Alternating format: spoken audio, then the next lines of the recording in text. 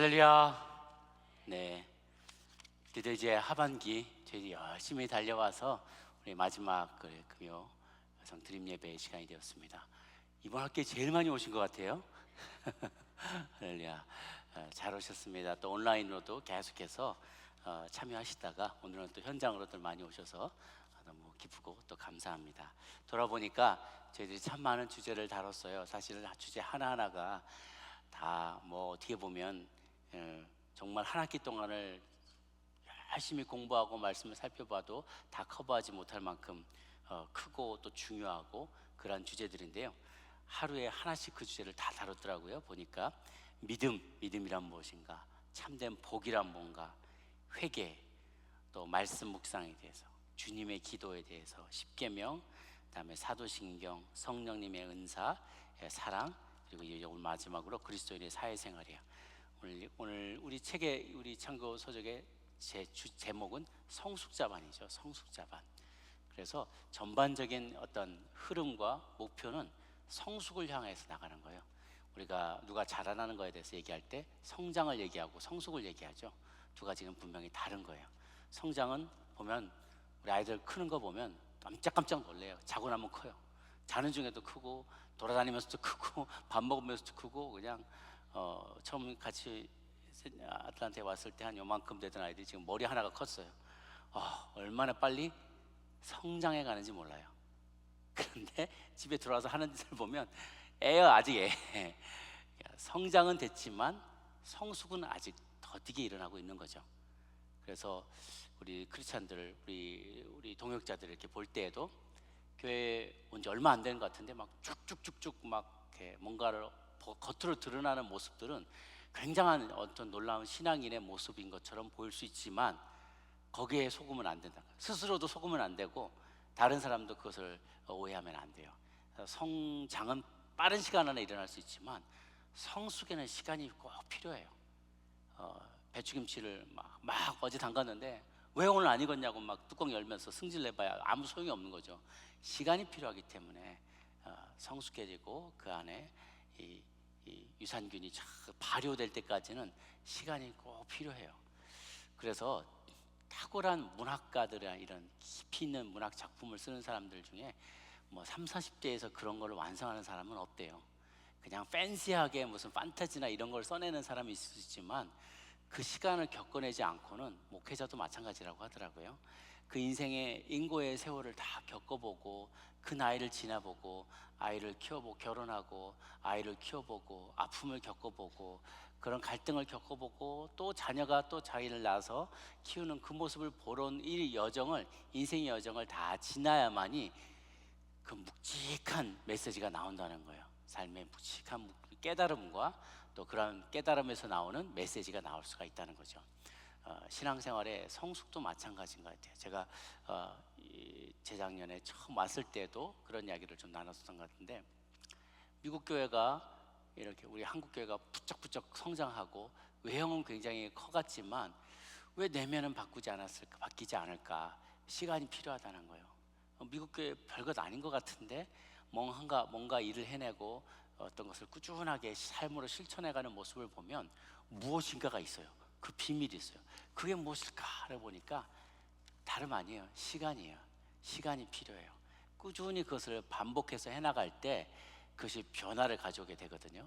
그래서 오늘 그것과 관련된 주제예요. 그리스도인의 사회생활. 이 사회생활을 통해서 우리가 어떻게 그리스도의 그런 향기를 드러낼 수 있을지 한번 같이 살펴보면 좋겠습니다. 오늘 말씀 읽으셨는 본문이 요한일서 1장 2절, 3절, 4절인데요. 3절, 4절 읽었지만 2절도 같이 한번 보면 좋겠어요. 2절부터 같이 한번 저하고 교독하도록 할게요. 이 생명이 나타내신 바 된지라 이 영원한 생명을 우리가 보았고 증언하여 너에게 전하노니 이는 아버지와 함께 계시다가 우리에게 나타내신 바 된 이시니라. 우리가 보고 들은 바를 너에게도 전함은 너희로 우리와 사귐 있게 하려 함이니 우리의 사귐은 아버지와 그의 아들 예수 그리스도와 더불어 누림이라. 함께 읽습니다. 우리가 이것을 쓰면 우리의 기쁨이 충만하게 하려 함이라. 아멘. 그 앞에 요한일서 1장 1절에는 태초부터 있는 생명의 말씀에 관해 우리가 들은 바요, 눈으로 본 바요, 자세히 보고 우리 손으로 만진 바다라고 얘기해요. 태초부터 계셨던 생명의 말씀을 내가 만졌다는 거예요. 말을 하는데 말을 만지나? 어떻게 만지지? 그렇게 우리가 의아해하는데, 이거는 말 그대로 문자 그대로 해석할 것이 아니라 생명의 말씀, 태초부터 있었던 생명의 말씀 로고스, 그분이 바로 말씀이 육신이 되어서 인카네이션 돼서 우리 가운데 오셨다고 했잖아요. 그러니까 만졌다는 건 그분 예수님을 만졌다는 거예요. 그분의 이야기를 듣고 내가 그분이 행하는 것을 보았고 또 우리의 손으로도 만진 바다. 그리고 우리는 증인이 되어서 우리가 만졌고 들었고 보았던 그분의 모든 일들, 그분에 관련된 모든 이야기들을 소상하게 내가 전하고 싶다. 다른 이들에게도 나눠주고 싶다. 왜냐하면 그분이야말로 우리의 롤 모델이 되어주셨기 때문이다 라고 이제 고백을 하는 거예요.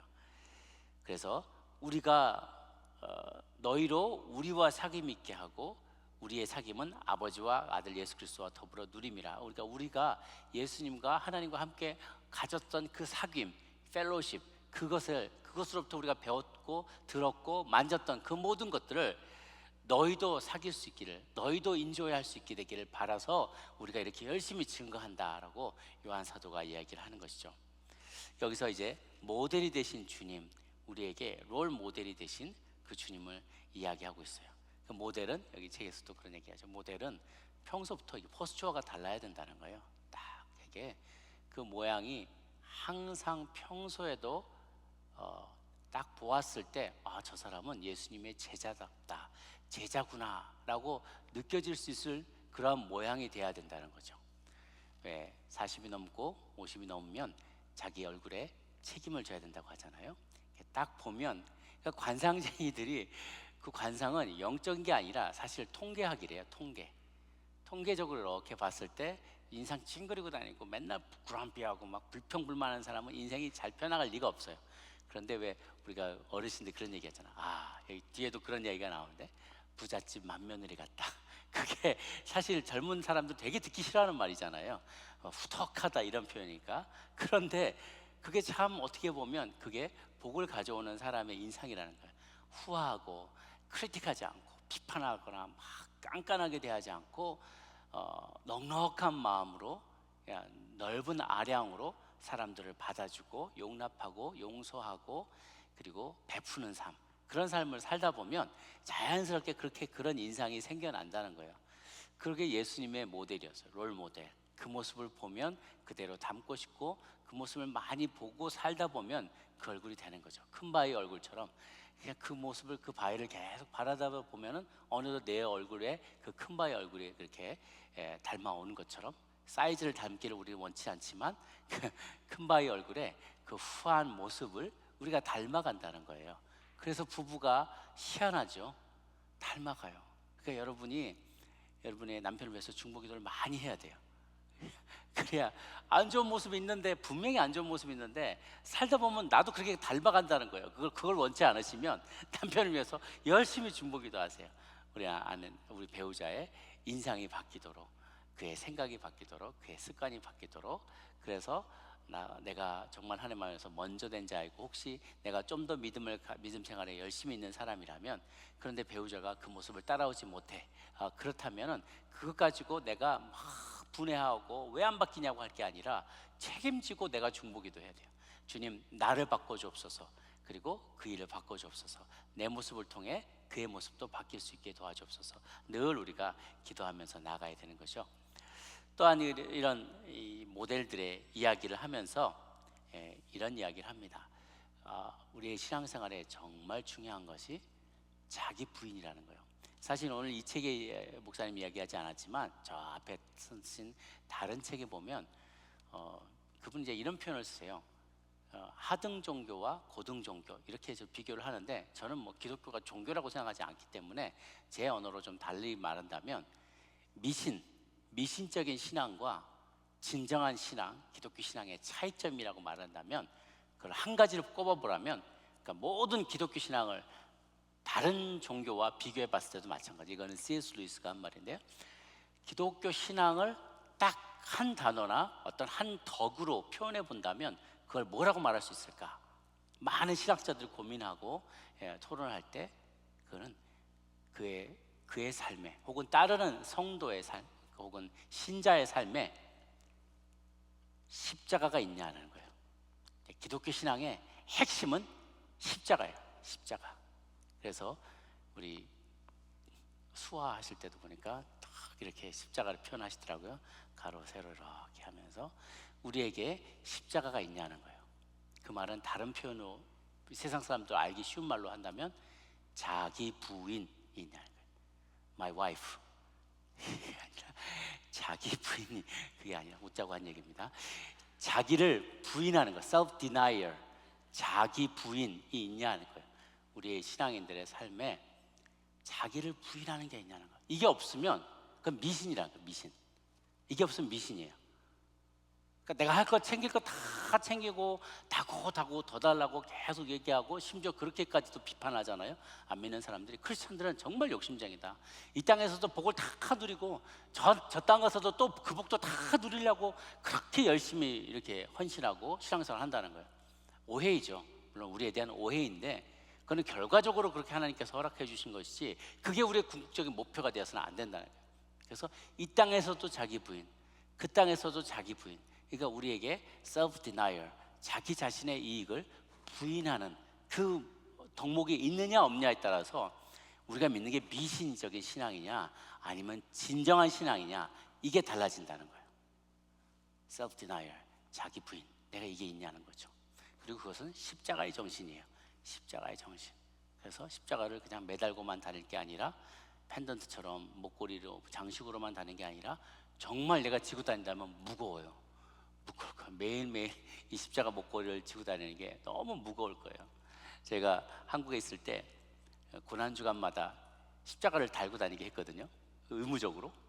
그런데 막 목사님들도 불평하는 거예요. 이거를 십자가를 달고 어디 밖에 나가니까 옛날에 식당 갈 때 좀 빨리 좀 주세요 이모 그리고 막 소리 지르고 그랬는데 그것도 못하는 거예요. 아유 좀 바쁘신가 봐요.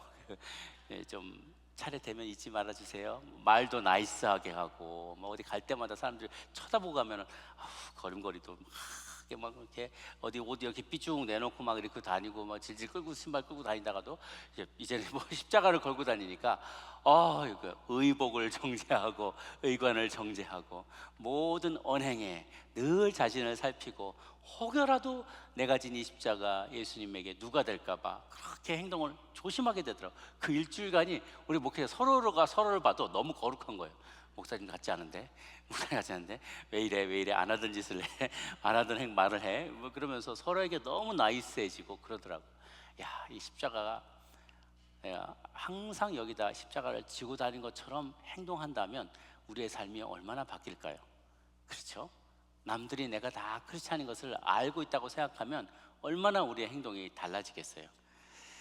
그리고 내 자존심을 내려놓고 더 큰 나보다 더 큰 그분을 위해서, 그리고 그 바디, 우리가 그 더 큰 나보다 큰 바디의 일원이잖아요.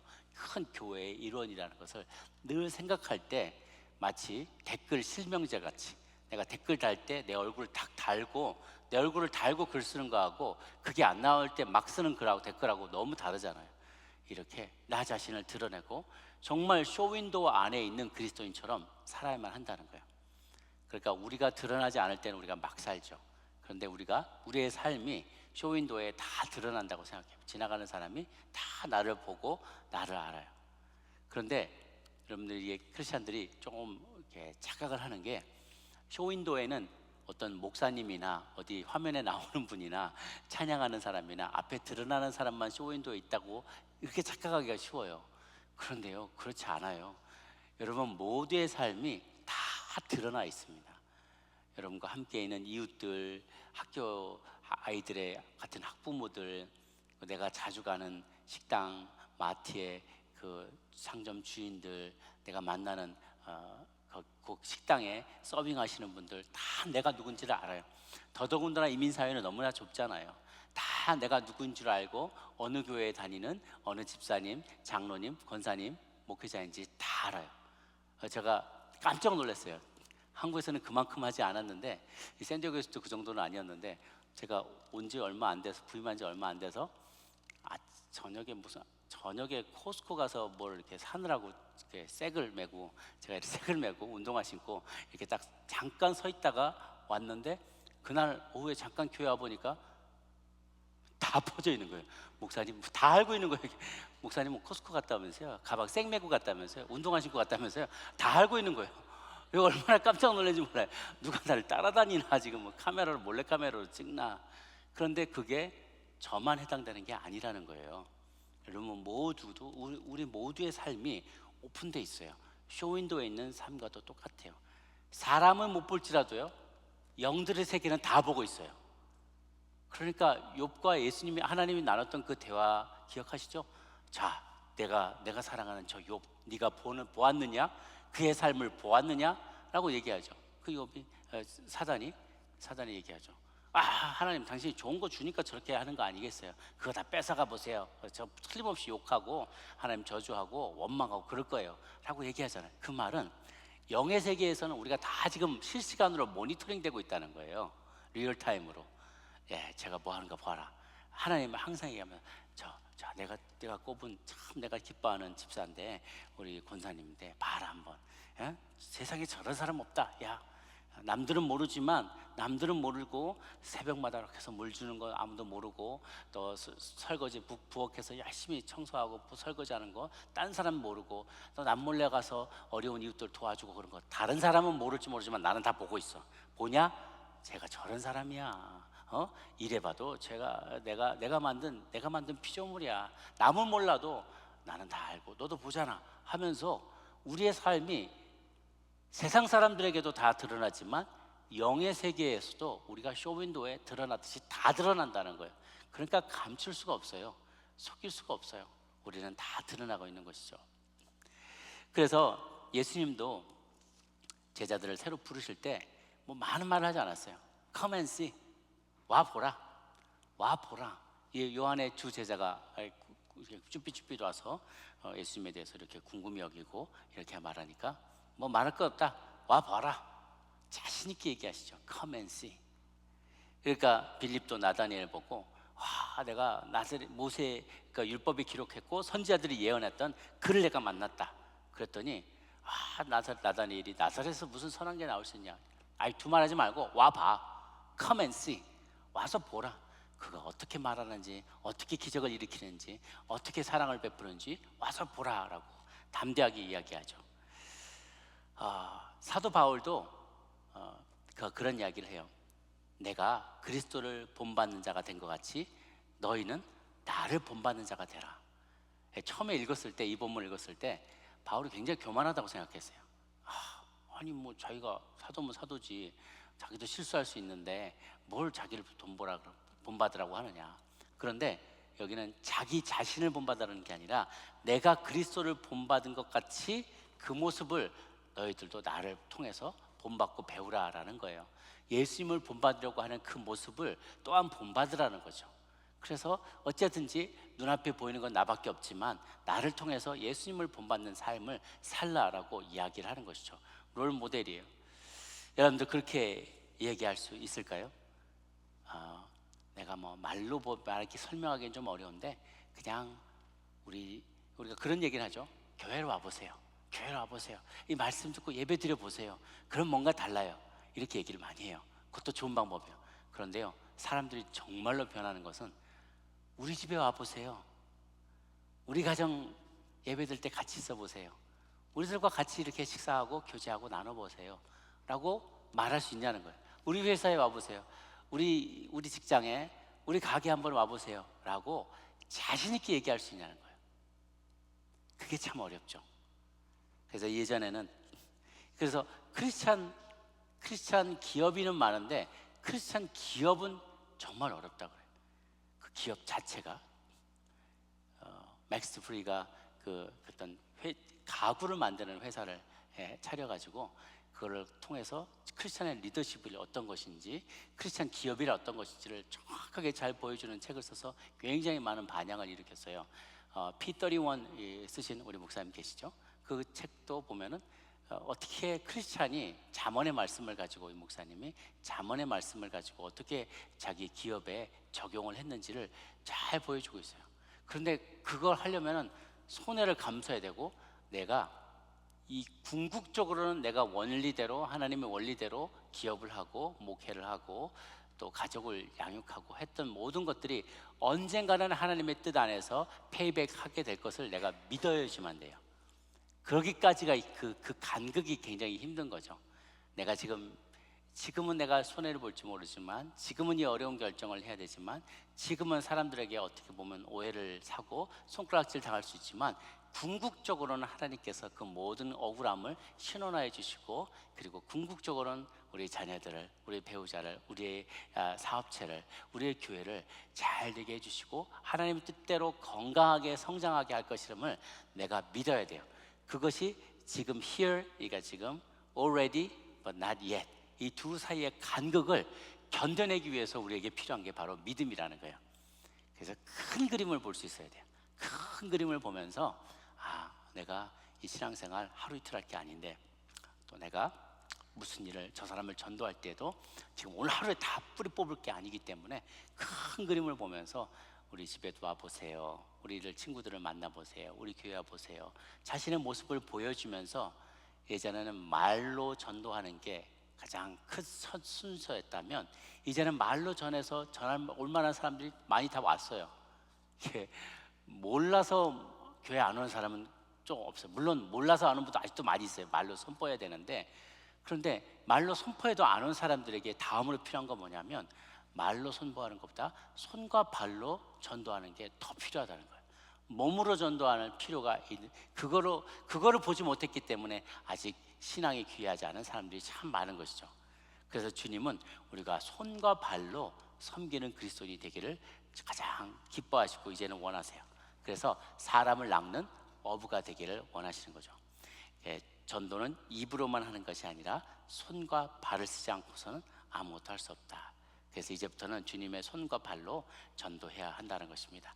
잠언 31장 30절 31절 말씀 같이 한번 볼까요? 잠언 31장 30절 31절 말씀 함께 읽습니다. 시작. 고운 것도 거짓되고 아름다운 것도 헛되나 오직 여호와를 경외하는 여자는 칭찬을 받을 것이라. 그 손의 열매가 그에게 돌아갈 것이요 그 행한 일로 말미암아 성문에서 칭찬을 받으리라. 그 책에도 보면 지혜는 여호와를 경외하면 자기 손의 열매가 자기에게 반드시 되돌아오게 됨을 아는 것이다 라고 했어요. 자기 손의 열매, 수고하고 땀 흘린 게 언젠가 때가 되면 다시 돌아오게 될 것을 믿는 믿음이 있어야 된다는 거예요. 그래서 다른 말로 하면 저는 이렇게 표현하고 싶어요. 지혜란 큰 그림을 볼 줄 아는 것이다. 큰 그림을 보는 것이다. 그러니까 이거 작은 이익에 집착해서 이것에 내가 누군가 아규멘트에 이기려고 하고 나의 주장을 관철시키려고 하고 내가 하나를 더 얻으려고 하고, 그러면 결국은 그것조차도 다 빼앗겨 버리게 된다는 거예요. 그런데 여기서도 양보하고 저기서도 양보하고 더 큰 그림을 위해서, 더 큰 커스, 대의 명분을 위해서 더 큰 목적이 있어요. 뭔가 하나님이 기뻐하신 일을 이루려는 큰 목적이 있다면 작은 것은 얼마든지 내어줄 수 있다는 거예요. 그러니까 지혜롭다는 거는요, 정말 지혜롭다는 것은 그 큰 그림을 볼 줄 아는 거예요. 그리고 호흡이 좀 길어야지 돼요. 깊이 숨을 들이쉬고 이렇게 막 숨 헐떡거리면은 바로 눈앞에 있건만 이거 놓치면 내가 안 되는 것처럼 안달이 나요. 그런데 제가 여러분이 여자분들이시지만 그 여자의 여장부, 그런 표현일까요? 대장부와 여장부까지 그 호연지기를 좀 키우면 좋겠어요. 오랜만에 듣는 도덕 시간에 배웠던 거 오랜만에 배우죠. 호연지기, 큰 산에 올라가서 호령하는 듯한, 그리고 산을 내려다보는 듯한 큰 마음을 가져서, 여러분 등산 같은 거 하면 참 좋아요. 높은 곳에 올라가서 자꾸만 퍼스펙티브가 위에서 바라보는 퍼스펙티브, 지난번에 말씀했죠. bird eye view, 새의 눈으로 위에서 이렇게 내려다보는 그런 습관을 들이셔야 자꾸만 운전도 내 앞에 차가 그냥 이거 빨리 가나 못 가나 이것만 볼 게 아니라 저기 새의 눈으로 위에서 이렇게 내려다보면서 앞차도 보고 그 앞에 차도 보고 옆 차도 보고, 요즘 한참 제 아들 옆에 앉혀놓고 지금 가르치고 있거든요. 내가 어제도 그래도 하면서 야, 절대 큰 트럭 뒤에는 가지 마, 큰 트럭 앞에도 가지 마. 언제 어디서 뭐가 날라올지 모르고 그 차 앞에 안 보이잖아. 시야를 가리잖아. 그러니까 절대로 큰 차 가까이는 가지를 마. 멀리 떨어져서 가. 계속 그냥 뷰가 보이니까 앞차 쓴다고 그것만 보지 말고 그 앞차도 봐. 내가 급히 쓰면 백밀러 뒤에 차 레어뷰 미러를 보고 내 뒤에 차가 혹시 나를 치지 않나? 그거 항상 보면서 방운전해. 이렇게 막 가르쳐 주는 거죠. 그래서 지혜라는 건 내 앞차만 보는 게 아니야. 내 옆차만 보는 게 아니야. 내 뒤차만 보는 게 아니라 저 앞에 전체의 흐름을 보고 차량의 흐름을 보고 어디를 향해 가고 있는 건지, 저 앞에서 무슨 일이 벌어지고 있는지 이것을 느끼고 예측하고 예감하고 또 그것을 미리 준비하고, 이런 것이 다 지혜에 해당되는 것이죠. 퓨리탄의 삶이 그랬어요. 이번 주간에 계속해서 청교도의 삶을 우리가 기념하며 살고 있잖아요. 401주년이 됐어요. 그러니까 1621년, 그때 21년, 그렇죠? 그러면 400년 맞죠? 그 400년 전에 퓨리탄들이 이 땅에 도착했을 때, 이분들은 정말 신앙이 정말 대단했던 것 같아요. 일주일에 한 번 하기 가정 예배도 쉬운 일이 아닌데 하루에 2번씩 가정 예배를 드렸대요. 아침에 한 번, 저녁에 한 번. 그리고 주일날 설교를 다 듣고 오면 꼭 복기를 했대요, 집에 와서.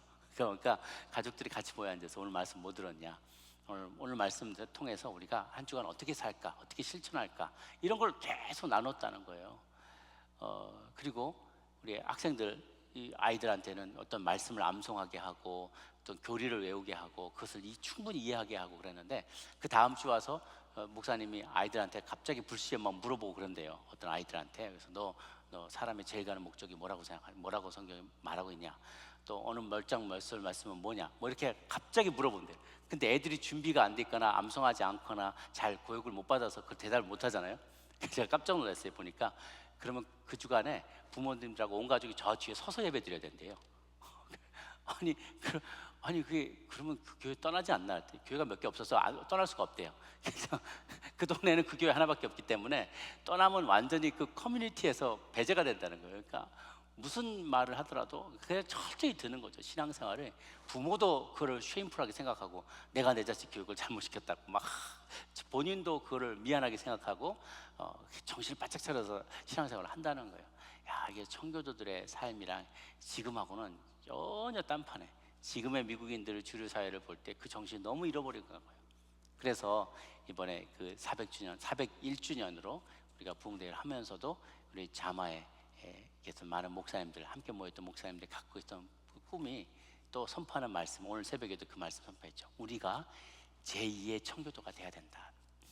이미 미국의 주류 사회가 그런 부분을, 스피릿을 다 잃어버리고, 지난해가 400주년이었는데 400주년을 그냥 별로 기념하는 행사도 없이 얼렁뚱땅 다 넘어가 버렸잖아요. 그렇죠? 기억나세요? 뭐 작년에 청교도 뭔지 400주년 된 무슨 행사라고 대대적으로 행사하던가요? 그런 거 주류 사회에서 거의 느껴보지를 못했어요. 그만큼 그 스피릿이 희석이 됐다는 거죠. 이제 어떻게 보면 우리도 이민자인데, 이민자로서 우리가 어떻게 보면 복음을 역수출해야 될 때가 됐어요. 지금 제가 한국에서도 그런 거 많이 하거든요. 역파송 선교사. 그 무슬림들이 많이 한국에 일하러 왔을 때 데려다가 밥 먹이고 막 섬기고, 그 신학교 장학금 줘가지고 신학교 교육을 막 받게 해가지고 이분들이 자기 나라에, 무슬림 나라에 이 선교사로 역파송을 시키는 일들을 한동안 해왔어요. 지금도 마찬가지예요. 우리도 어떻게 보면 이 땅에서 온 언더우드나 아펜젤러나 이런 선교사님을 통해서 우리가 복음을 받아들이게 됐는데, 이제 이 원조가 됐던 이 원주류 기독교 사회가 타락하고 그 복음의 정신을 잃어버리고 교회가 조금씩 쇠락해 갈 때, 우리가 어찌 보면 이 땅에 다시 역파송되어 온 복음의 진수를 잘 보관했다가, 타락하기 전의 모습으로 잘 보관해 왔다가 이렇게 다시 역파송하는 그런 교회가 돼야 된다는 거죠. 제2의 청교도가 돼야 된다. 제가 지난주에 화요일날 감사하게도 기회를 주셔서 콜롬비아 신학교회 채플에서 강의할 수 있는, 설교할 수 있는 기회가 있었어요. 그때 제가 그 말씀을 했어요. 우리가 여러분 덕분에 복음을 믿게 됐다. 그런데 여러분, 지금의 당신들의 모습이 어떠냐라고 도전하면서, 우리 부모님들은 헌금할 때 다려가지고, 또 꼬깃꼬깃 구겨진 돈을 다려가지고 하나님 앞에 이렇게 드릴 수 없다라고 생각해서 전날 밤에 다려가지고 깨끗한 모습으로 그렇게 드리려고 애를 썼다. 우리는 지금도 새벽마다 모여서 예배한다. 여러분의 그만한 열심이 있느냐 하고 제가 모처럼 큰 소리 쳤어요. 근데 사실은 안으로는 조금 미안하고 죄송한 마음들인 거야. 그런데 만약에 누군가 그중 한 사람이라도 우리의 실상을 알고, 그런데 새벽교회 그렇게 열심히 하는 한국교회가 왜 그 모양이냐 라고 말하면 사실 제가 할 말이 없어요. 그 말은 이제 제가 다음번에 하려고 하는데, 일단은 우리가 우리의 조상들은, 우리의 선조들은 이런 그 아름다운 모습, 정말 퓨리탄과 같은 그런 신앙의 전통과 이 모습을 잘 간직해 왔다는 거예요. 그 신앙의 지조를 지키려고 애를 많이 썼고, 신사참배도 거부하면서 어떻게든지 그 믿음의 근본을 지키려고 애썼던 그런 신앙의 선배들이 있었다는 거예요. 그것이 바로 퓨리탄의 정신이고, 또 우리가 이 땅에서 제2의 퓨리탄으로, 퓨리탄은 퓨어한 삶을 살았던 저 사람들은 영국에서 별명이 지어졌어요. 웬만하면 타협하지 않고, 절대로 타협하지 않고, 아니 국교도에서 나라에서 그렇게 강제하고 이렇게 예배해라 저렇게 해라 뭐 하지 말아라 이렇게 강제하는데, 신앙의 양심상 우리는 그럴 수 없다라고 말하면서 뭐 감옥에 갇히고, 존 버년 이런 사람들 막 감옥에 갇히고 그랬거든요. 그러면서도 믿음을 끝까지 지키니까 저 사람들은 퓨리탄이야. 자기들이 순수하대. 그러면서 어떻게 보면 약간 빈정거리는 듯이, 그러면서도 약간은 경외하는 마음에 그렇게 이 별명에 붙여졌어요. 퓨어한 사람, 깨끗한 사람, 다른 사람을 정화시키는 사람, 정결케 하기를 원하는 성결한 사람이라는 별명이 붙여졌던 것이죠. 하나님, 우리가 그렇게 변화된 삶을 살기를 원하세요.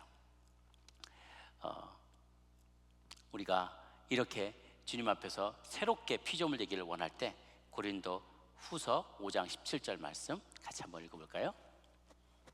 함께 있습니다. 시작. 그런즉 누구든지 그리스도 안에 있으면 새로운 피조물이라. 아멘. 어제 한 12~13명 정도 세례교육, 이번에 세례를 받고 입교를 받는 그 EM권의 학생들, 우리 집사님들, 자녀들도 이제 보니까 우리 집사님들 자녀들이 많이 들어왔더라고요. 어제 세례 간증을 좀 하라고 해서 쭉 돌아가면서 하는데 참 너무 귀해요. 내가 전에는 부모님이 가라고 해가지고 교회 다녔는데, 이제 대학 가기 전에 내가 정말 내 신앙을 한번 정말 확증을 하고 싶다, 그런 마음으로 온 친구들, 대부분 그런 친구들이에요. 그러니까 뭐가 부모님이 너 세례 받으라고 해서 그것까지는 강제를 못 하더라고요. 그러니까 자기들이 정말 내 신앙으로 고백하고 싶어서 이제 왔다라고 고백을 했어요. 그래서 제가 그 친구들에게 그렇게 얘기했죠.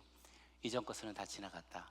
이제 여러분들은 새로운 피조물입니다. 그런데 피조물 됐다고, 세례 받았다고 하루아침에 너의 모든 게 변하지 않는다.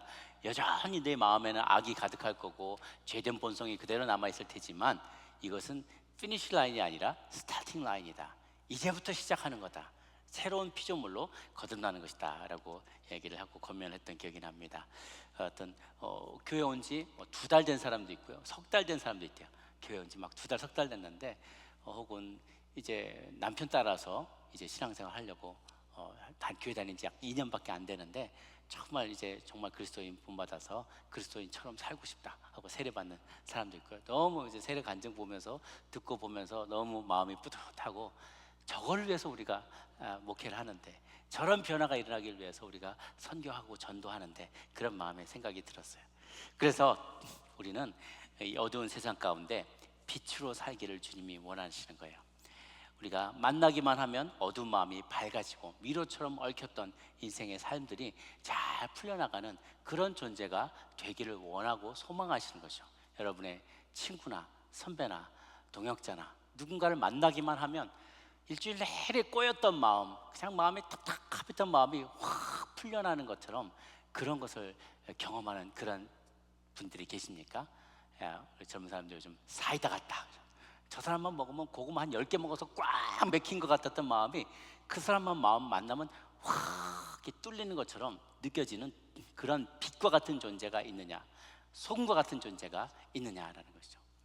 제가 단동에 아우리치를 갔을 때, 단동 압록강 건너편에 신의주가 있어요. 근데 저녁이 되면 이쪽은 불야성이에요. 그래서 저쪽은 깜깜해. 진짜 깜깜해도 저렇게 깜깜할 수가 없어요.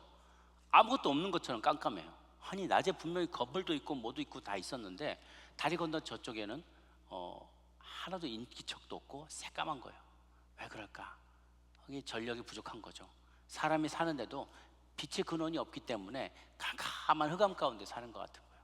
그 낮이 돼서도요, 이렇게 지나가면 이쪽은 정말 지금 시즌 되면 오곡백과가 무르익어요. 여기 막 옥수수도 이만큼 사람 키처럼 자라고, 중국 같은 땅인데 물 하나 사이에 두고 강 하나 사이에 두고, 저쪽은 완전 민둥산이에요. 나무도 아예 없어요. 뭐 곡식은 고아하고 나무도 하나도 없어요. 산이 다 민둥산이야. 다 땔감 하느라고 다 잘라가 버리고 그런 자원이 없으니까. 이쪽은 그냥 뭐 곡식들이 막 넘쳐나고 사람들은 뭐 배 두드리면서 다니고, 뭐가 이렇게 둘 차이를 나게 되는 걸까? 거기에 빛의 근원이 없다는 거예요. 소금이 되는 역할을 하는 존재가 없다는 것이죠. 빛과 소금, 빛이 있는 곳과 없는 곳에는 이렇게 큰 차이가 난다는 것입니다. 인공위성 사진 볼 때 왜 남한과 북한 사진 그런 거 나온 거 보시죠? 밤의 사진인데 남쪽엔 빛이 확 하는데 딱 38선 이북에는 새카만 거예요. 한밤에 빛이 있는 곳과 없는 거에 이런 차이가 나타나는 것이죠. 주님, 우리가 이렇게 빛된 역할을 감당하기를 원하고, 또 이정표가 되기를 원하세요.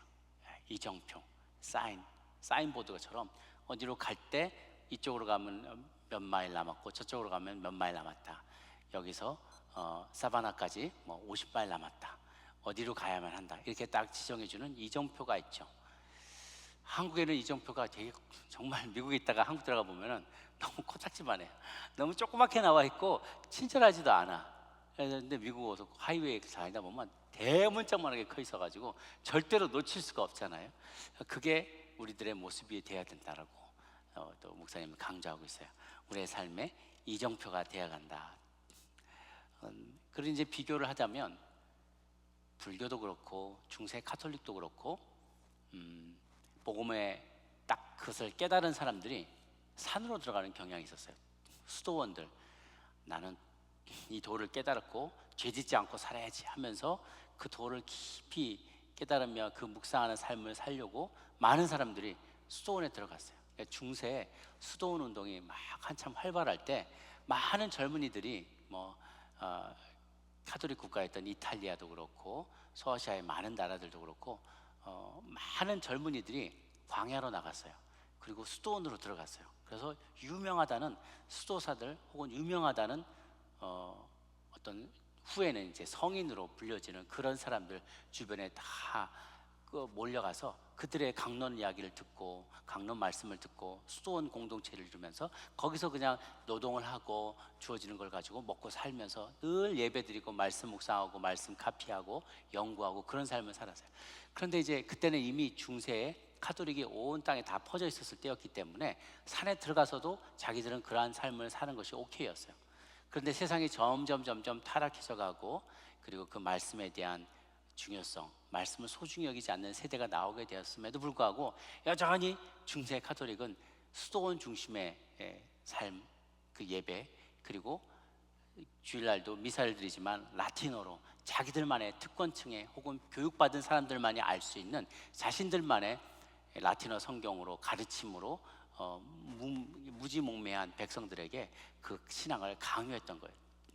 그런데 이제 개신교는 무엇을 원하냐면 거기 산에만 있지 말라는 거예요. 산에만 있지 말고 이 마켓플레이스로 내려오는 거죠. 시장으로 내려오라는 거예요. 사람들이 살고 있는 이 땅으로 내려와서 이곳에 시험도 있고 시험거리도 많고 도전거리도 많고 어려움도 많이 있지만 이 땅에서 사람들과 어깨를 나란히 하고 살아가면서 진리는 이것이다라고 가르쳐주는 삶의 이정표가 되어야만 한다는 거예요. 우리의 삶 자체가. 왜냐하면 산 위에서 내가 무엇이 좋은지, 하나님이 어떤 존재인지 나는 많이 깨닫고 그곳에서 정말 은혜 넘치는 삶을 살 수 있지만, 담벼락을 쌓아놓고 세상과 담벼락을 쌓아놓고 있을 때 세상 사람들, 죽어가는 세상 사람들은 누가 구원하냐는 거예요. 누가 그들에게 복음을 증거하냐는 거죠. 진리가 무엇인지 누가 가르쳐주고 이정표를 세워주냐 이거예요. 우리의 삶이 그러한 이정표가 되어야만 한다라고 얘기를 합니다. 그리스도인은 어렵더라도 이 세상 현실 속에서 이정표로 살아가야 해요. 일평생 초지일관하는 이정표로 살아가야만 한다. 빌립보서 1장 22절 23절을 같이 한번 읽어볼까요? 빌립보서 1장 22에서 24절까지입니다. 함께 읽습니다. 시작. 그러나 만일 육신으로 사는 이것이 내일의 열매일진데 무엇을 택해야 하는지 나는 알지 못하노라. 내가 그 둘 사이에 끼었으니 차라리 세상을 떠나서 그리스도와 함께 있는 것이 훨씬 더 좋은 일이라. 그렇게 하고 싶으나 내가 육신으로 있는 것이 너를 위하여 더 유익하니라. 바울은 죽는 게 더 낫다고 얘기를 해요. 대놓고 얘기를 해요. 나는 죽는 게 사실 더 낫다. 여러분, 내가 이꼴저꼴 안 보고 죽는 게 더 낫지만 여러분의 유익을 위해서라면 나는 이곳에서 더 살아야만 합니다. 나는 해야 할 미션이 있기 때문에 죽을 때까지 이곳에서 남아서 해야 할 일들이 있습니다 라고 얘기를 하는 거예요. 그리고 이제 그리스도인은 때가 되면 내가 언젠가는 퇴장해야 된다는 것을 늘 염두에 두고 살아가는 나그네 삶을 살기를 주님은 원하세요. 그래서 창세기 47장 9절에도 야곱이 바로에게 얘기할 때 내 나그네 길의 세월이 130년입니다 라고 얘기를 해요. 나그네 길. 그러니까 자기의 인생 전체를 그저 나그네 길로 생각을 하는 거예요. 죽음은 그래서 내가 하던 일을 내일은 다른 사람이 하는 것이다. 이렇게 정의를 몇 개 하고 계세요. 죽음은 다른 사람이 내 책상 서랍을 여는 것이다. 예, 그 생각을 해보셨어요? 지금 여러분 아침에 교회 나오시려고 교회 오려고 집에서 나오셨잖아요. 그런데 못 돌아갈 수도 있다는 거죠. 죄송합니다. 이 좋은 날 우울한 얘기라서 못 돌아갈 수도 있어요. 그죠? 모든 사람이 다 병원 베드에서 혹은 집에서 안방에서 편안히 자다가 숨을 거두는 건 아닙니다. 나왔다가 못 돌아가는 사람들이 있어요. 그러면 누군가는 내 서랍을 열어보겠죠. 제가 제일 캥기는데요. 좀 청소해놓고 올 걸, 좀 정리해놓고 올 걸, 후딱후딱 나왔는데 여러분의 서랍을 누군가가 열어볼 때, 여러분의 통장을 누군가가 들춰볼 때, 이제 여러분의 그 카드 내역을 어디에 사용했는가 카드 내역을 다 둘러볼 때 거기에 매일 먹고 또 먹고 그것만 뭐 카페 이런 카페 저런 맛집 뭐 여행지 막 크루즈 여행 뭐 이런 것만 쫙 나와 있는데 하나도 주를 위해서 쓴 게 없어. 혹은 나의 시간을 어떻게 썼는가, 내가 캘린더에 나의 일정, 하루 일정표 누구 내 구글 캘린더를 이제 내가 죽고 나서 딱 봤는데 온통 천지에 놀러 다니고 단풍 구경만 하고 맛집 다니고 골프 치고 뭐 운동하고 뭐 좋은 거는 다 내가 좋아하는 건 다 했는데 주님을 위해서 쓴 시간을 보니까 너무 인색하게 썼어요. 그럼 하나님 앞에서 얼마나 부끄럽겠어요. 우리의 나그네 인생. 죽음이란 그런 거란 거예요. 죽음이란 내 서랍을 누군가가 대신 열어보는 것이다. 그렇게 생각하면 굉장히 실감나게 느껴지죠. 죽음이란 그런 것이죠. 우리는 항상 떠날 준비가 되어 있는 나그네 삶을 살아야만 한다는 것이죠. 그게 사회생활이란 거예요. 사회생활. 그리스도의 사회생활은 언제든지 떠날 준비를 하는 것. 오늘이 마지막인 것을, 마지막이 될 수도 있다는 것을 늘 염두에 두고 최선을 다해서 살아가는 것. 그리고 지금 내가 발 딛고 있는 곳이 내게 주신 땅끝이다 라고 늘 생각하면서 멀리 가서 선교해야만 된다라고 생각하는 게 아니라 이곳에서도 선교해야 된다는 거예요. 이곳에서도 전하기에 쓰는 사람이 되어야 된다. 그래서 쓰레기만 만들다 가는 인생이 되지 말자라고 얘기하는 거죠. 우리가 살면서 쓰레기를 얼마나 많이 만들어요. 옷도 버리고 먹다가 또 버리고 쓰던 것도 버리고. 근데 뭔가를 만들어내고 기여하고 컨트리뷰션을 하는 인생이라기보다는 그 컨트리뷰션 한 것보다 쓰레기 버린 게 더 많아. 그럼 쓰레기 같은 인생이 되는 거죠. 그게 아니라 만들어내는 인생. 내가 뭔가를 만들고 누구를 위해서 섬기고 새롭게 준비해주는. 그래서 제가 그 행잉 플라워 얘기를 보고 참 많이 도전이 됐어요. 유럽에서는 꽃을 이렇게 바깥에다가 많이 달아놓잖아요. 이렇게 보면 이렇게 문 딱 열고 스위스나 이런 데 보면 예쁜 그 스위스 격자로 이렇게 돼 있는 그런 집에 보면은 꼭 창문 열고 이렇게 물 주게 돼 있잖아요. 그러면 이제 그 창문 바깥에 꽃들이 막 다 있어요. 너무 예쁘게 돼 있죠. 아, 저 사람들은 저렇게 왜 꽃을 바깥에다 놔둘까? 제가 잘 그렇게 생각 못 했는데 목사님은 길 가는 사람들이 잘 보라고, 보았을 때 그 꽃 보고 기분 좋으라고, 그리고 이 마을 전체가 환해지고 더 밝아지라고 그렇게 한다는 거예요. 다른 이들에게 유익이 되는 모습. 꼭 비슷하지는 않지만 홍콩에도 가보면요, 홍콩의 건물들을 데코레이션 하는 게 시티의 그 레귤레이션으로 돼 있어요. 홍콩에서, 영국에서 나오는 그런 룰인데요. 뭐냐면 아무나 자기가 원하는 대로 장식할 수가 없어요. 그 건물을 모든 전체의 그림에 쫙 맞게 홍콩 그 아일랜드 건너편에 침사초이라는 곳이 있는데 구룡반도 끝에 그 뷰 포인트에서 딱 보면 전체가 확 한 폭의 그림처럼 보이게 만들어놨어요. 그래서 저녁 7시인가 8시가 되면 크리스마스 시즌에 보면 환하게 이렇게 데코레이션하고 막 산타가 지나가는 것도 나오고 막 몇 개의 건물이 다른 건물인데 그게 테마가 다 연결이 돼 있어요. 그래서 전체가 어우러져서 굉장히 멋진 그림이 될 수 있도록 그걸 다 레귤레이션을 만들어요. 거기 하나 삐죽 뭐가 다르게 나올 수가 없어요. 미국도 어떤 건물 코드가 있어서 색깔을 확 다르게 튀게 만들지 못하게 만들었잖아요. 우리는 아직도 갈 길이 멀어요. 우리 좋은 고향, 내 고향에서는 파란 지붕에 빨간색 벽돌에 자기가 칠하고 싶은 대로 막 다 칠해가지고 중구난방으로 하죠. 그러니까 내 중심이 아니라 큰 그림 안에서 내가 어떻게 그들과 함께 어우러져 갈 수 있을까? 어떻게 하면 다른 이들에게 뭔가 유익을 줄 수 있을까? 꽃 한 송이라도, 화분 하나라도 길 가는 이들을 기쁘게 해줄 수 있고 그들에게 뭔가 내가 기여할 수 있다면, 그들을 조금이라도 행복하게 할 수 있다면 내가 사는 곳이 다 땅끝이 될 수 있다는 거예요. 나의 부엌이, 나의 집 앞마당이, 그리고 내가 섬기는 교회가, 그리고 내가 만나는 이들이, 또 이번 같으면 클락손에 이번에 한 10가정이 매칭을 신청했어요. 너무 감사해요. 그래서 내가 멀리까지는 가지 못하지만 한 10가정 정도 아프가니스탄 난민들 내가 만나서 그들에게 사랑을 전하고 음식 하나라도 갖다 주고 뭐 어려운 길이 있다면 차로 태워다 주고 그런 일들을 하면서, 우리 이번에 어제 얘기 들으니까 이은조 목사님이 한 2가정을 이미 매칭해서 돌보고 계시대요. 그런데 그 아프가니스탄 이 사람들은, 여자들은 남자가 절대 가까이 못 가거든요. 그 집에 가까이 가면 여자들 다 숨어야 되고 나도 절대로 만나면 안 돼요. 다 꽁꽁 싸고 다녀요. 근데 여자이기 때문에 가능하다는 거예요. 가서 계속 그 사람들은 꾸란 보여주고 나는 성경 보여주고 그러면서 이 언제일지 모르는 그때를 위해서 준비하고 마음을 이렇게 따뜻하게 해줄 수 있도록 먹을 것도 갖다 주고 늘 돌보는 그런 노력을 통해서 한 영혼이 주께로 돌아오게 되는 거죠.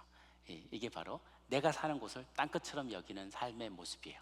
섬기는 곳, 내가 어느 곳에 있든지 그곳이 땅끝이다. 그리고 다른 이들에게 친구가 되어주는 것. 이웃은 가까이 피지컬리 있을 수면 다 이웃이지만 친구는 멀리 있어도 다 친구라고 이야기를 하죠. 그래서 저도 어렸을 때 많이 들었던 말을 목사님이 여기 쓰셨더라고요. 어렸을 때 제 어머님이 늘 저보고 너보다 공부 잘하고 똑똑한 친구 사귀라. 여러분도 그 얘기 많이 들었죠?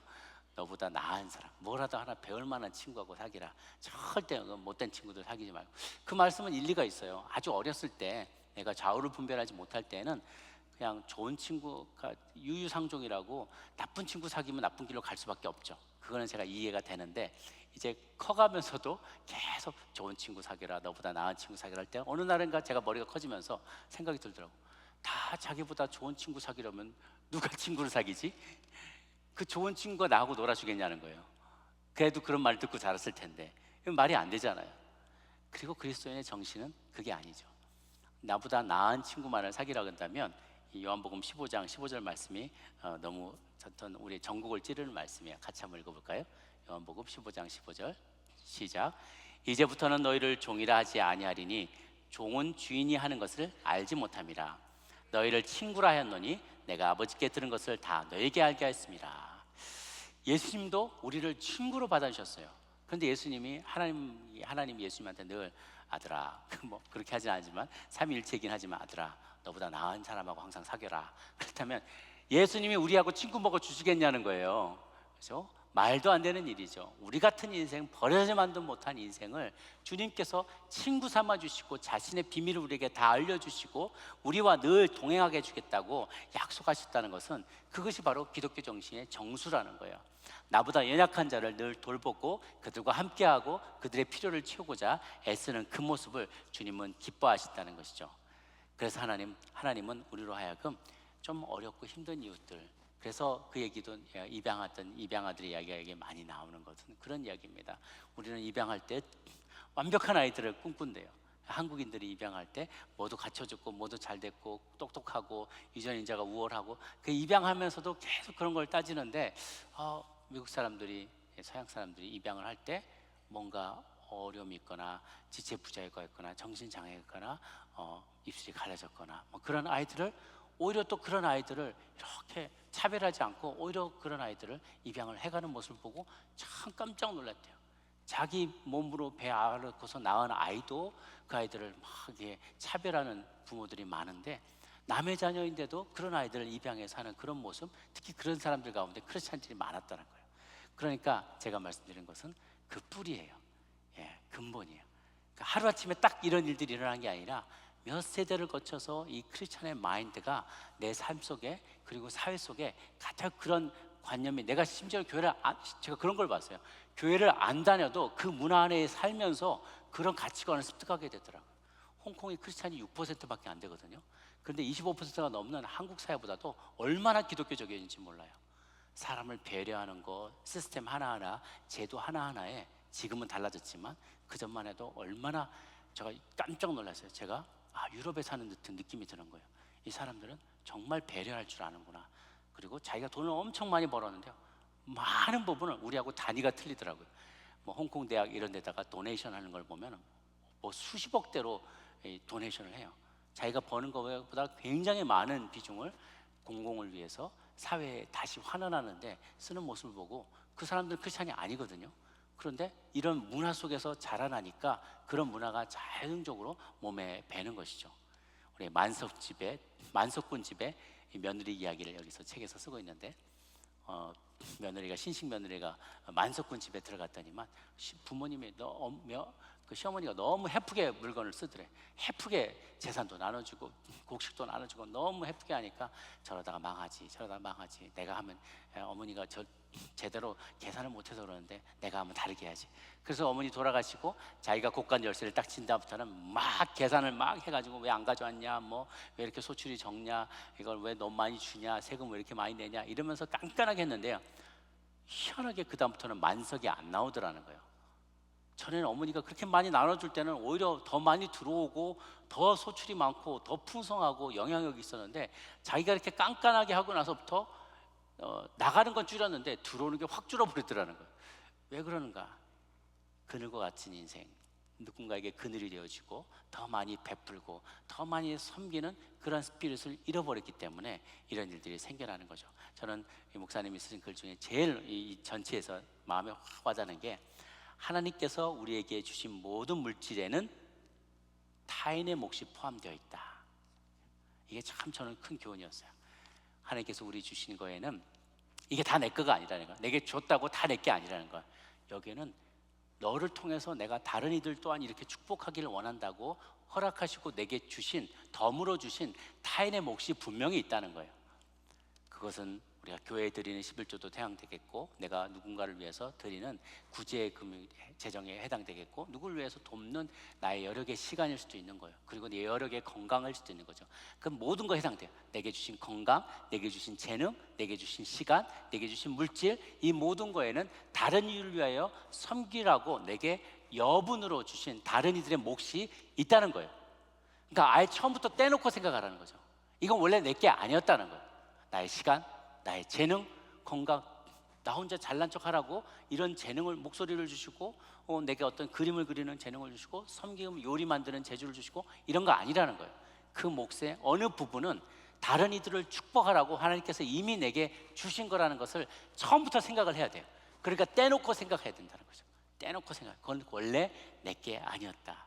그런 마음으로 우리가 섬기며 나아갈 때, 아까 우리가 찬양 불렀던 어떤 성령의 충만함, 성령의 충만함은 제가 반복해서 말씀드리지만 짜릿하고 지나가는 게 성령의 충만함 아닙니다. 그건 성령의 세례예요. 성령의 세례로 은사가 임하죠. 성령의 충만은 말 그대로 뭐냐면 푹 잠겨 있는 걸 말하는 거예요. 잠겨서 사는 걸 말하는 거죠. 꾸준하게. 제가 아까 말씀드리다가 말했던 부분은, 왜 우리는 변하지 않을까? 우리는 이렇게 기도도 많이 하는데, 이렇게 새벽마다 나오는데, 이렇게 열정적으로 모이고 공부하는데 왜 우리는 빨리 변하지 않을까? 왜 우리의 모습은 잘 변하지 않을까? 우리의 이기적인 욕망과 내 가족을 생각하고 내 자식만 생각하는 이런 이기적인 우리의 마음은 왜 안 바뀔까? 시간이 필요하다는 거예요. 그리고 숙성되어 있고 푹 잠겨있는 시간이, 푹 고아있는 시간이 오래 필요하다는 거예요. 그래서 그럼 우리 새벽 예배 하지 말아야지, 그만 모입시다, 이게 아니라 모이고 가르치고 배우고 이걸 꾸준히 일관되게 반복적으로 계속 하다 보면 임계점에 이르게 된다는 거예요. 계속 끓다가 100도가 넘으면 뽀글뽀글뽀글 기화가 일어나는 것처럼 임계점이 있어요. 그래서 우리가 그 시간을 포기하지 않고 끝까지 계속 그 안에 성령님 안에서 잠겨서 filled with the Holy Spirit, 이게 성령의 충만이에요. 이빠이 차에서 이래가지고 꾸준히 가야만, 그래야 성령의 열매가 그제서야 나오기 시작한다는 거예요. 그러니까 그때가 임계점에 이를 때까지 선을 행하다가 낙심하지 말지니 때가 이름에 거두리라 그랬죠.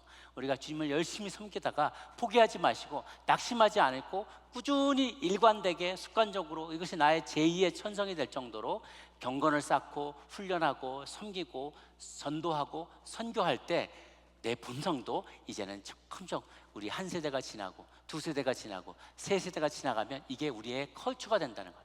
이게 우리의 문화가 된다는 거예요.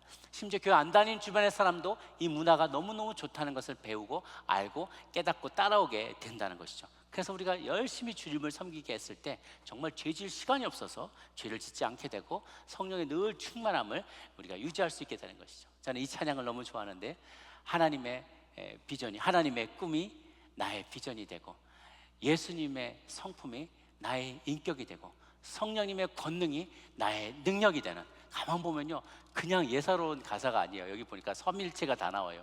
하나님, 예수님, 성령님 다 나오는데, 하나님의 꿈이 나의 비전이 되고, 예수님의 성품이 나의 인격이 되고, 성령님의 권능이 나의 능력이 되는 그런 사람 되게 하소서라고 고백하는 이 찬양이 저는 너무 마음에 들고 도전이 됩니다. 여러분, 이 책을 다 공부하셨을 때 목표는 성숙한 사람이 되는 것입니다. 머추어한 사람, 그냥 growth, 그냥 자라기만 하고 키만 멀대같이 크는, 규모만, 사이즈만 커져가는 그런 교회, 그런 성도가 아니라 안에서부터 그렇게 열매가 익어가서 잘 익은 김장 김치처럼 뭔가 잘 익은 fermented가 된 그런 음식처럼 우리가 숙성이 되어서 그리스도의 향기를 잘 뿜고 그리스도의 삶을 실천하고 주님의 꿈을 이루어드리기로 결단하는 저 여러분 모두가 되시기를 주님의 이름으로 축복합니다. 우리 같이 한번 기도하기 전에 찬양하며 주님 앞에 나갈 수 있으면 좋겠습니다. 우리 함께 우리 찬양님 나오셔서 함께 찬양하도록 하겠습니다.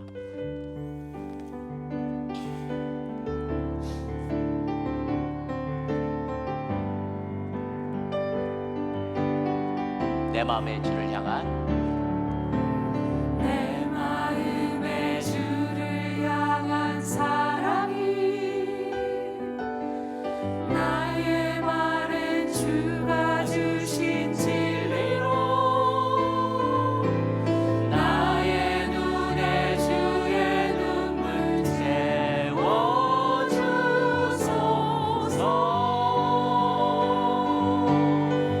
내 입술에 찬양의 향기가, 내 입술에 찬양의 향기가, 두 손에는 주를 닮은 섬김이, 나의 삶의 주의 흔적 남게 하소서. 하나님의 사랑이, 하나님의 사랑이 영원히 함께하리.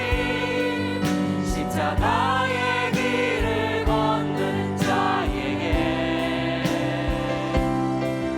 순교자의 삶을 사는 이에게, 조롱하는 소리와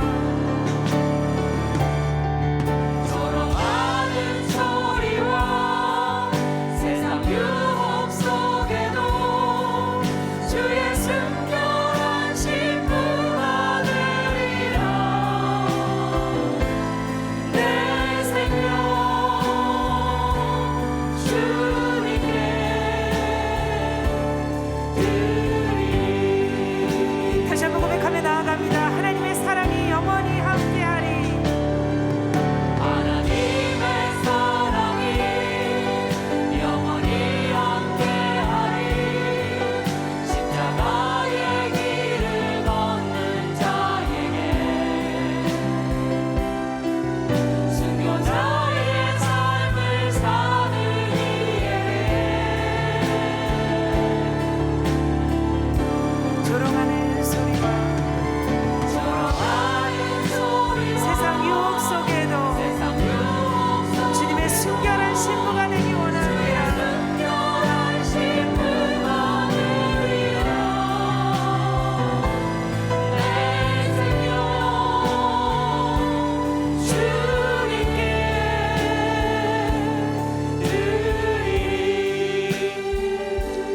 시간 우리 한 목소리로 주님 앞에 기도하며 나가기를 원합니다.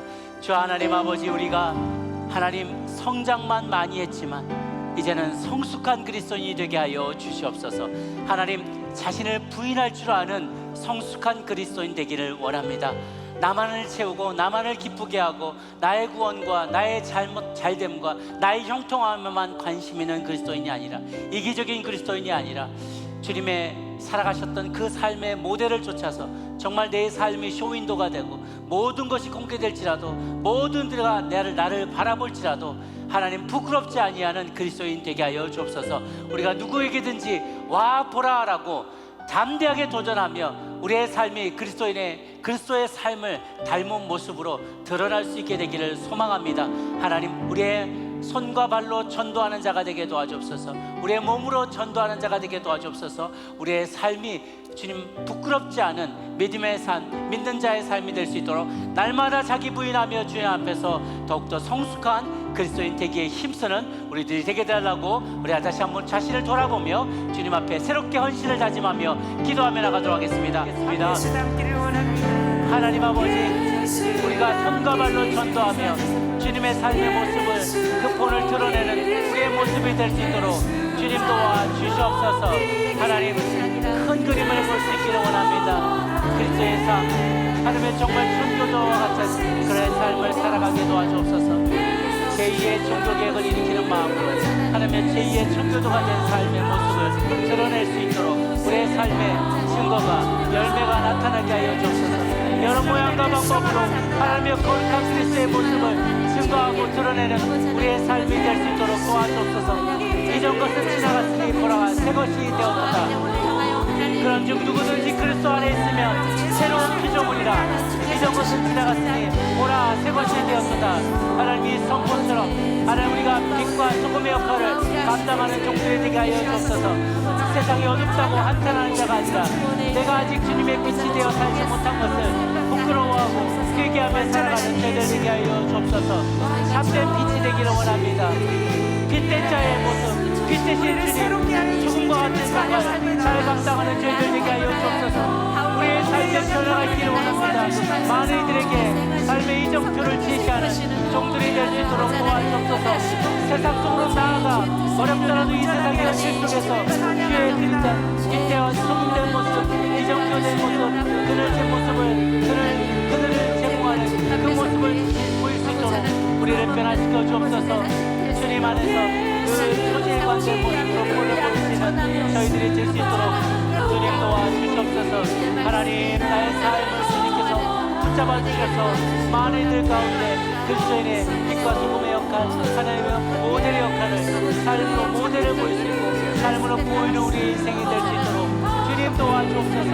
우리에게 영향을 주시고 우리에게 거룩한 자로서 바울이 예수 그리스도를 본받아 살아갔던 것처럼 우리도 바울의 그러한 모습을 본받아서 주님을 닮아가기에 힘쓰는 우리들이 될 수 있도록 주님 도와주옵소서.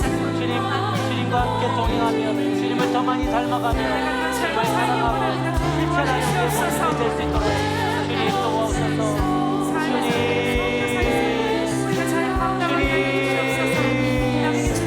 주님 도와주옵소서. 주님을 믿고 주님을 닮아가며 주님 안에서 성숙하며 더욱더 깊은 믿음을 가지고 살아가는, 더욱 깊은 믿음을 가지고 살아가는 저희들이 될 수 있게 도와주옵소서.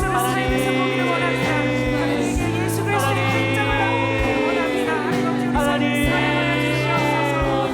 주를 닮은 자가 되게 하여 주옵소서. 주를 본받는 자가 되게 도와주옵소서. 주님과 같이 빛이 있다는 삶, 주님과 같이 소금이 되는 인생 살아갈 수 있도록 주님 도와주옵소서. 하나님, 은혜를 베풀어 주옵소서.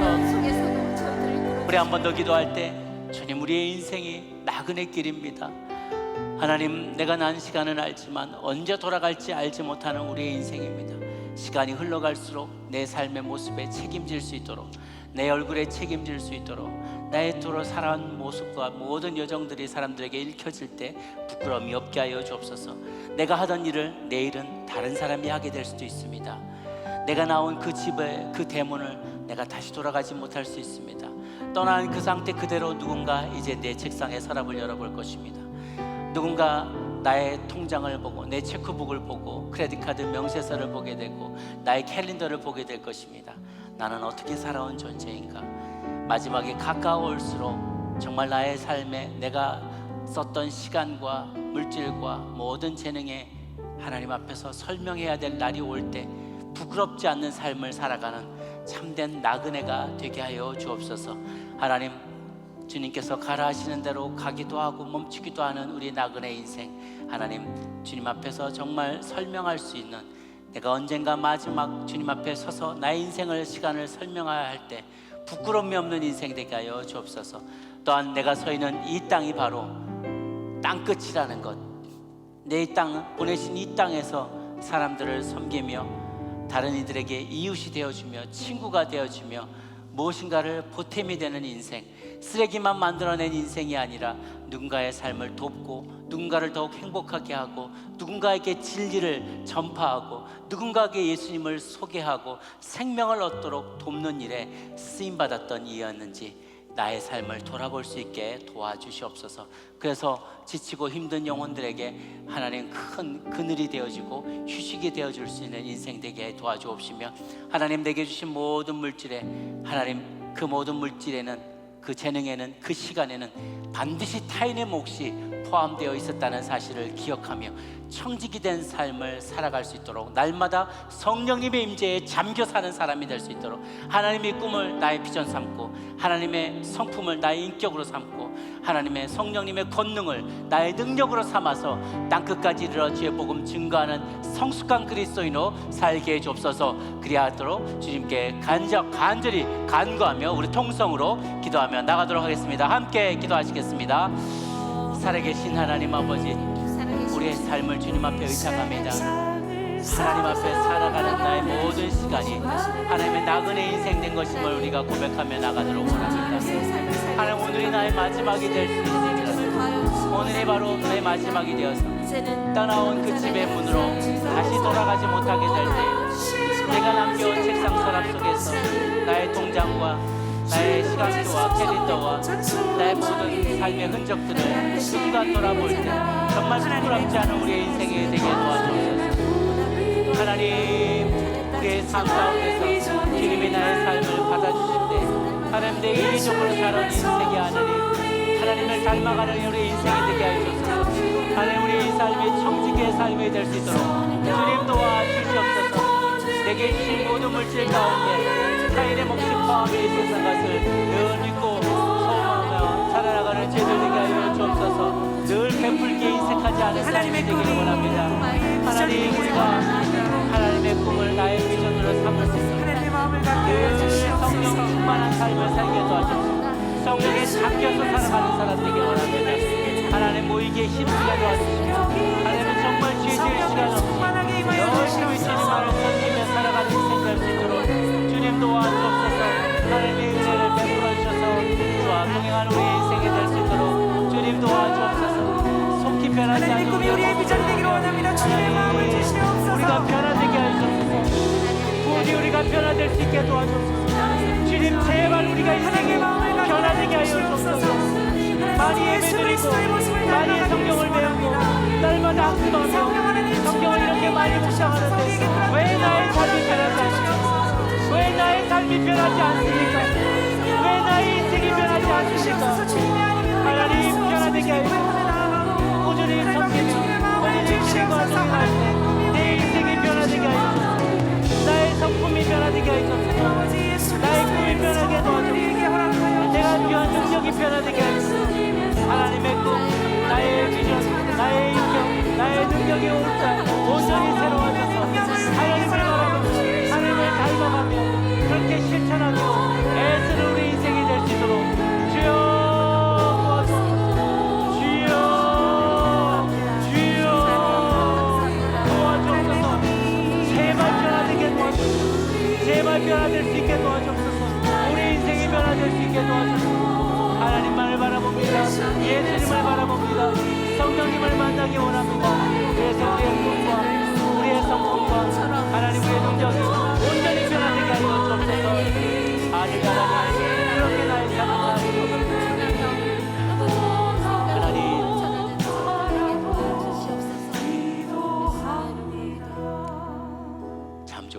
하나님 아버지, 왜 이렇게 기도를 많이 하는데, 이렇게 예배도 많이 드리는데, 이렇게 많은 시간을 교회에서 보내는데 왜 우리의 인생에, 우리의 성품의 본질이 바뀌지 않을까요?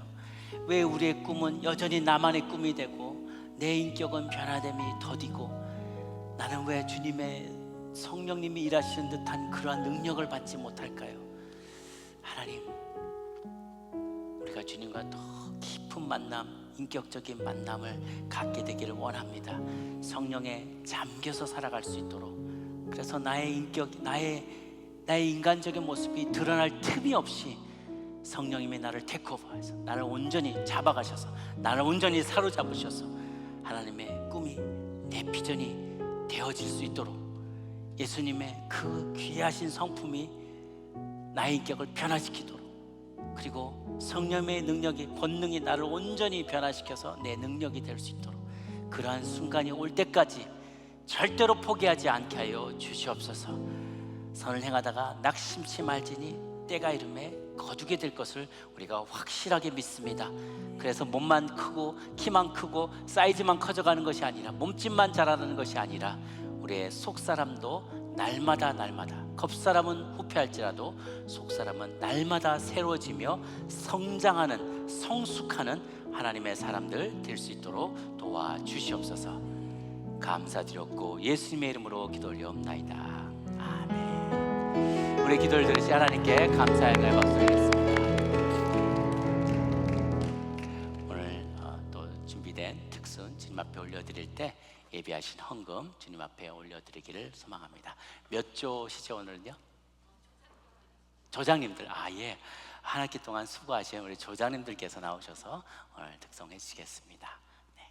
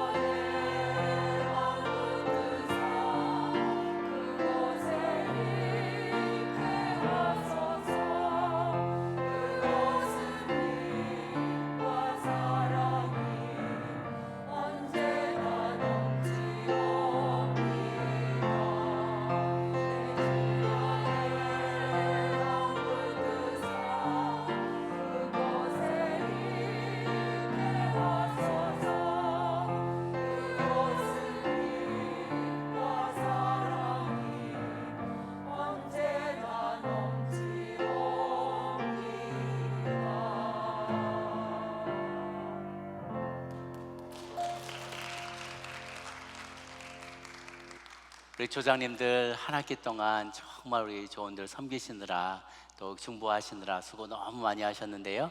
우리 조장님들께 다시 한번 격려의 박수, 감사의 박수 드립니다. 네. 함께 자리에서 잠시 일어나면 제가 기도하고 축도하고 마치겠습니다. 참 좋으신 하나님 아버지, 한 학기 동안 또 지난 한 해 동안도 은혜를 베풀어 주셔서 금요 여성 드림 예배가 그 은혜 가운데 잘 마칠 수 있게 해주셔서 감사합니다.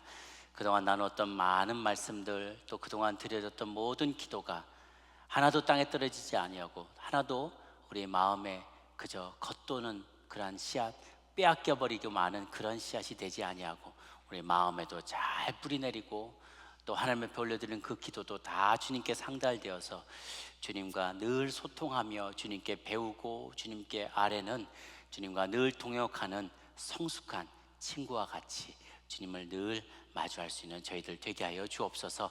베풀어 주신 은혜에 감사하여서 또 하나님 앞에 감사의 제물들을 올려드렸습니다. 이 물질이 주의 나라 확장하는 일에 귀하게 쓰임받게 도와주시고 또한 이번 주 저희가 이제 추수감사 주일로 지킵니다. 한 해 동안 베푸신 은혜에도 깊이 감사하며 하나님께 감사의 제목을 돌아볼 수 있는 또한 서로 나누며 서로 격려하는 복된 시즌이 되게 하여 주시옵소서. 이제는 우리 주 예수 그리스도의 은혜와 하나님 아버지의 크신 사랑하심과 성령의 교통하심, 인도하심이 여성 드림 예배 한 학기를 잘 마치며 성숙한 그리스도인 되겠노라 다짐하는 고개 숙인 주의 사랑하는 여종들 머리 위에 또한 성령의 충만함을 받아 살기를 소원하는 그들의 마음 위에 이제로부터 영원토록 함께 합시기를 간절히 축원하옵나이다. 아멘.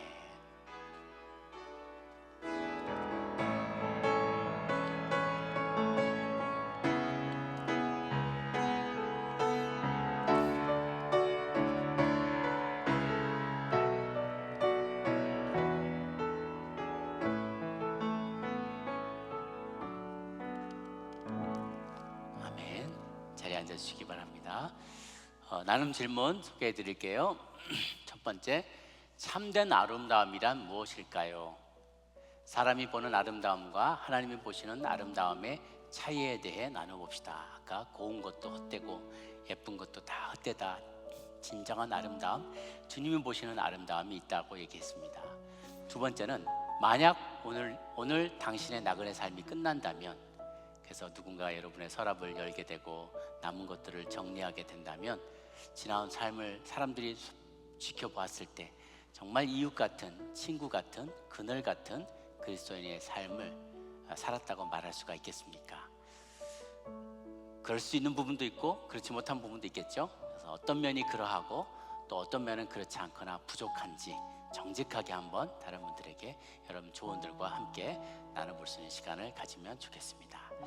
그리고 오늘이 또 하반기에 마지막 또 여성 드림 예배니까 섬기셨던 분들 또 여러분 다 나가시고 나면 서로 잘 못 보실 수도 있어가지고 우리 방송실에서 섬기시는 분들 지금 카메라 우리 신 감독님 또 방송실 안에도 지금 섬기고 계신데 잠깐 자리 일어나시면 감사 인사 드리기 바랍니다. 네, 그리고 우리 밴드로 우리 찬양팀으로 섬기시고 드럼으로 또 피아노로 연주로 섬기셨던 분들 우리 찬양팀 잠깐만 자리에서 일어나주시겠어요? 네, 수고 많으셨습니다. 그리고 항상 우리 예배 때 바깥에서 지금도 바깥에 계신지 모르겠는데 항상 안내해 주시는 분들 계시죠? 안내 섬겨주실 분들에게 또 좀 감사합니다. 그리고 저희 예배 끝까지 늘 순서지 만들고 여러 가지 계획하고 섬기셨던 우리 두 분 전도사님, 우리 김정희 전사님, 최선 전사님 감사합니다. 네, 감사합니다. 네, 이것으로 모든 순서 마치겠습니다. 또 우리 끝나고 건너편에 우리 식사 광고 좀 해주시겠습니까? 예, 김정희 전사님께서 광고해 주시겠습니다. 반갑습니다. 이렇게 대면에서 예배를 드리니 너무나 막 가슴이 뜨거워집니다. 오늘까지 인도해 주신 우리 하나님께 영광의 박수 올려드리겠습니다. 네, 저희가 다 박수를 받았는데요. 우리 목사님 정말 바쁘신 중에도 하나도 빼지 않고 저희들을 위해서 기도해 주시고 오늘까지 말씀 인도해 주셨습니다. 우리 목사님께도 감사 박수 드리겠습니다. 이제 이 시간 이후에 이 앞쪽에 오셔서 전체 단체 사진을 찍고요. 지금 커뮤니티 센터에 여러분을 위해서 식사와 또 게임, 또 선물 여러 가지가 준비되었습니다. 한 번도 가지 마시고 함께 동참해 주시면 감사하겠습니다.